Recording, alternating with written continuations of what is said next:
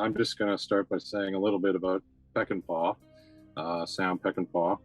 He kind of started out writing a lot of Western scripts for TV, a lot of TV shows, TV Westerns. And he actually wrote a script for, I believe it was Gunsmoke, and they rejected it. So he wound up selling it to Zane Grey Theater, I believe. And then it got such a great reaction that they turned it into a series called The Rifleman. And that show went for several years. And then he created another series called The Westerner, which unfortunately didn't last. It only lasted about half a year. But the star of that show, Brian Keith, he was cast in a movie called The Deadly Companions. And he suggested to the producers that they hire Sam Peckinpah to direct it. And that was a Western, of course. And that was Sam Peckinpah's first feature film. And it's kind of largely overlooked, but I actually quite like it. I think it's a good film. But he didn't have much control over it. He didn't write it in any way, and he wasn't allowed to kind of tamper with it. So he kind of swore he would never do that again unless he had full control. And so his second film was another Western, Ride the High Country, which is a great Western, and people certainly love it and think it's one of the great Westerns. And a lot of people would comment that he really grew enormously between the first one and the second one. And unfortunately, after that, he made a movie which didn't do so well, Major Dundee. He had a lot of problems with working with the studio and stuff like that. And That was the Charlton Heston movie, right? I think so. Yeah. I actually Yeah. like that one. The Westerner got a lot of critical praise. It didn't catch on. And it Yes. got canceled, I think, a couple episodes in or something like that. Didn't even complete his first season. Ride the High Country is the movie that really got him on the map. That was a great movie. It really showed where a lot of his movies would go. It was kind of like the template for a lot of the movies that he would do moving forward. And he was really in Yes. love with men out of their time, especially in the context of a Western. And this kind of has that theme as well, where the automobile comes in and they're talking Yes. about the airplane and things like that. For whatever reason, maybe like his dad telling him stories or whatever it was, but that theme permeated throughout his filmography and as he would move forward. The early 1900s, that Texas Mexican border type area, and Yes. these cowboys that are entering this new world that they don't belong in. They're over the hill or they're about to be over the hill, and this new Yes. world is like taking shape and it's not for them. Yes. Absolutely. Um, but unfortunately, he kind of his career almost ended because of Major Dundee, and then he was fired from the Cincinnati Kid.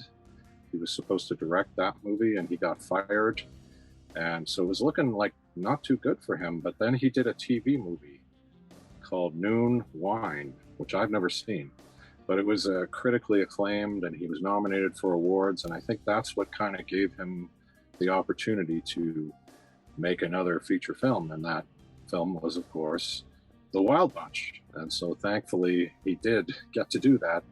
But I mean, I don't think Noon Wine is a Western, although I'm not 100% sure, but pretty much all these other films are Westerns. And so he's really kind of a specialist in the genre of Westerns. And Westerns, in my mind, they're one of the Western is kind of like one of the most basic genres. It's been around since the very beginning. I mean, it existed before film, but some of the earliest films ever made were Westerns, and it's always been around. It's been a hugely successful genre, and I think it's one of the most welcoming genres in that you can kind of do anything, any type of movie can kind of fit into the Western genre. You can do horror films that are Westerns. You can do comedies, you can do dramas, you can do just about everything that you can imagine. There can be a Western version of that.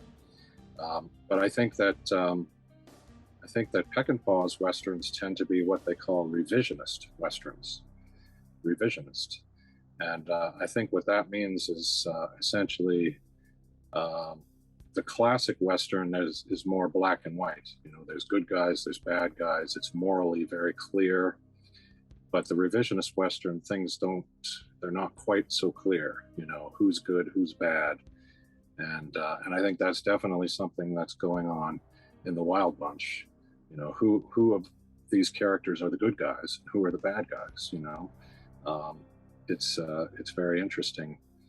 Yeah, And I would agree that this is more of a revisionist Western than anything else, but I think revisionist Westerns kind of focused on a lot of these characters that were mythologized and turned into these icons. I think he does a little bit of that, but he's more so focused on time and when these things are happening as opposed to like how the stories are being told. It's more so about when these stories are being told.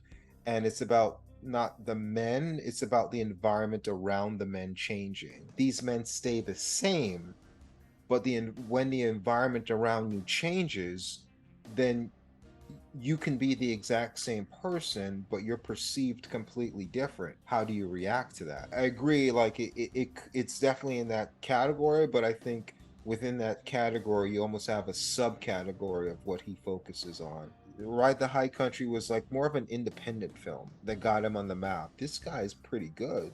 Let's give him a budget. And then Major mhm, Dundee was like, they gave him a budget. I'm not the biggest fan in the world of Charlton Heston. I like him more ironically because he overacts so fucking much.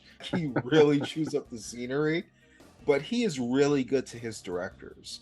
mhm, He did the Orson Welles film where he played a Mexican, A Touch of Evil, and he yes, really went to bat for Orson Welles. And he did that even more so with Major Dundee. I think he waived his salary because they were mhm. mad at Peckinpah for going over budget. The way the story goes is he told his agent, don't worry about it. They're never going to take my money.